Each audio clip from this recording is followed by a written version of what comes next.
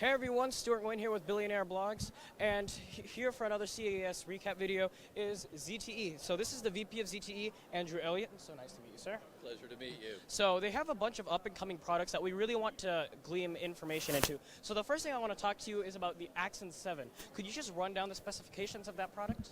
Sure, I have one here in my pocket right now. So one of the things that we think is really special with the Axon 7 is what we did on the sound side of it. So we did a lot of research prior to even building or putting a specification on a piece of paper or designing a thing. And what consumers told us that was lacking in their current smartphone experience was sound. They felt it was a subpar experience. So that was one of the key things that we honed in on the development for Axon and Axon 7 in particular. As you can see, just by visually looking at it, it's got two front-facing speakers. Under the hood, which you can't necessarily see but is there, we have these chipsets here that are a high-resolution DAC chip, ADC chip, and an amplification. So the power of the sound, signal-to-noise ratio, it's just off the charts. It's a fantastic experience, and it also supports Dolby Atmos. So you'll see whether you're watching a music playing a video or like the video here, the sound playback is going to be fantastic. In addition to the playback of the sound, it also has two microphones on here as well. So the recording aspects of the device are really great. So when you capture video, it also captures video at 4K. So that's the other thing that's really special with the Axon 7. It has a 20 megapixel camera on the back side, and on the front facing side it has an 8 megapixel camera. So it's got a wonderful camera experience as well. And of course, as a flagship device, it's got the latest Qualcomm Snapdragon processor.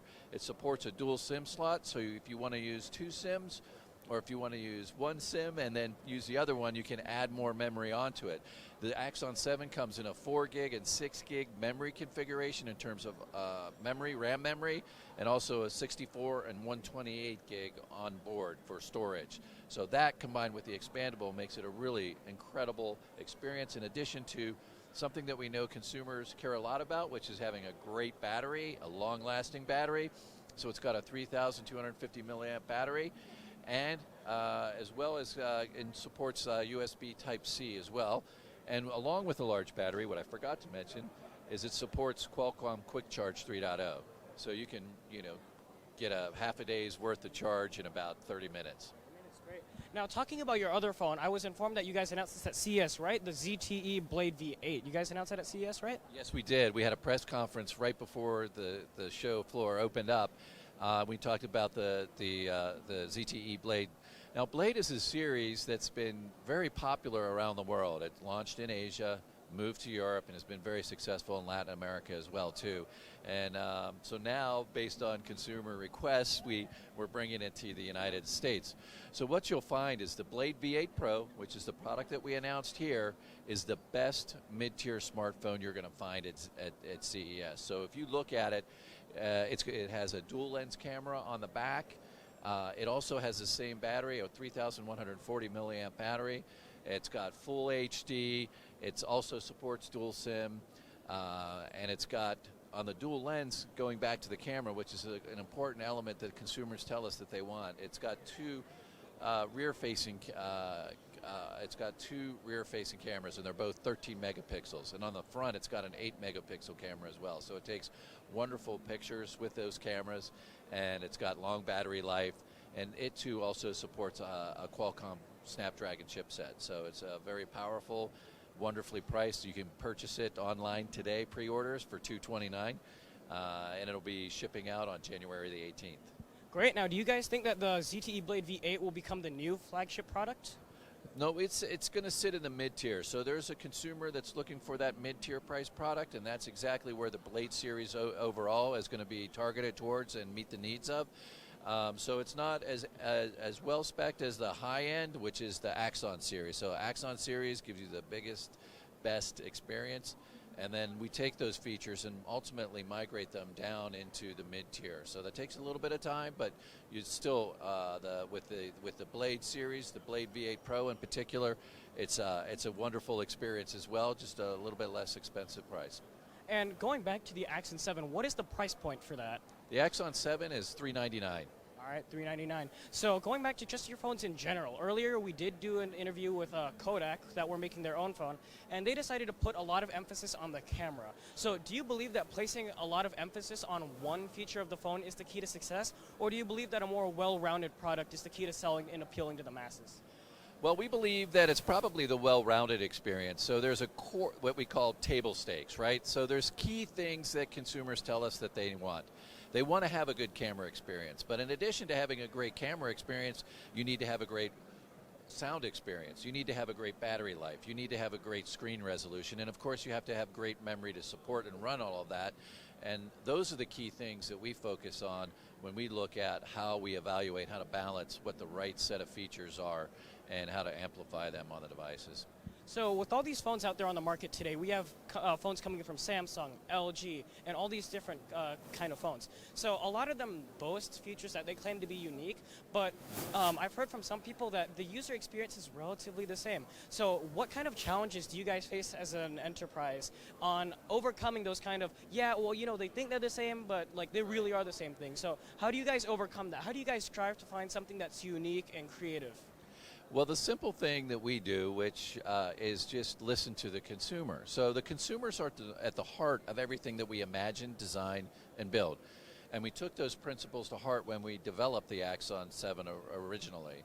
And what we found, as I mentioned, was the idea of sound. They felt that that was something that was lacking. So as we go out and continue to iterate on future versions of the product, the first place we're going to go is to the consumer and get guidance from them as to they telling us what they need and what they want and what they desire to see in the smartphone. And we think by taking that approach, if we continue to do that, that's going to increase the loyalty towards the ZTE brand, and they'll find that we continue to do some things that are unique and special and different as compared to anything that exists out there.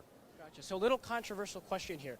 Earlier in the last 5 or 6 years, we have seen and heard things from companies like Apple that their manufacturing processes weren't really up to humane standards. So as a company that does have kind of a base in Asia, how do you guys deal with that kind of stigma in moving to the North American scene? Well, we follow a very, we work in an environment that's very competitive, and I can't really speak to the methods that other competitors use, but we take a lot of care and attention to making sure that what we do and how we build our products are done in a fair and economical way. Now, last question here. What do you guys foresee in the future? What are you guys trying to do that's, oh my God, product? I think one of the more interesting things that will see or can see is something that we started last year. So last year we unveiled this idea of the Z community. It's a member-led forum which is designed to allow us to not only provide a higher level of support to consumers, but also for them to tell us what they feel is going to be important. And so it's been a wonderful experience to have that, because that's going to really guide the next things that we continue to do. One of the interesting things that we did here, we announced it last year as well, it's called Project CSX. And CSX stands for crowdsource something, right? We don't know, it could be anything, right? So we went out to the community and said, look, you tell us, what do you want to build? If you could build anything, tell us what it is going to be.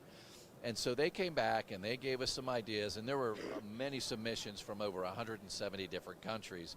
And then ultimately we said, okay, these are the submissions, the period closed, and they all voted on those submissions. And based on that, they told us what they wanted. And so this Project CSX now morphed into this new project. So we now call it Hawkeye, and we use Hawkeye because it's kind of representative of what the technology is that won the voting from the consumers. So it's a crowdsourced device, and that's going to be a device which uses eye tracking software as a way to enable movement in and around your smartphone. And that's a device that we shared here at CES. And we'll put it out to the community. We're at the point where we've got the design done, and now we're going to go out and say, okay, what are the next set of things that we need to make decisions on? What kinds of CMF, what kinds of color, material, and finish do you want on the device? What kind of software experience? And actually use them as a part of the development process for this next device. So that's kind of something that we think is unique and special, and we're unaware of any other OEM that's manufacturing smartphones is doing today. So it's Project CSX and Hawkeye is pretty unique and special, and we're delighted to be able to offer that. It's going to be finished up, and you can actually go to Kickstarter today and participate in that. You can go to kickstarter.zteusa and you can make a pledge now and get your order in for that device. And it's really great that you guys are using the CSX thing to open it up to users, because one thing that I have noticed is when bigger companies come out with products, the user reaction is not necessarily the best, and they really publicly say, I don't want this. But the corporations keep going like with that kind of trend. So I'm really happy that you guys as a company are dedicated to taking user feedback, extrapolating those main concepts, and putting them into your phones. So once again, I'm with Andrew Elliott here, Vice President of ZTE Corporation. So see you guys in another episode. Thank you. Appreciate it.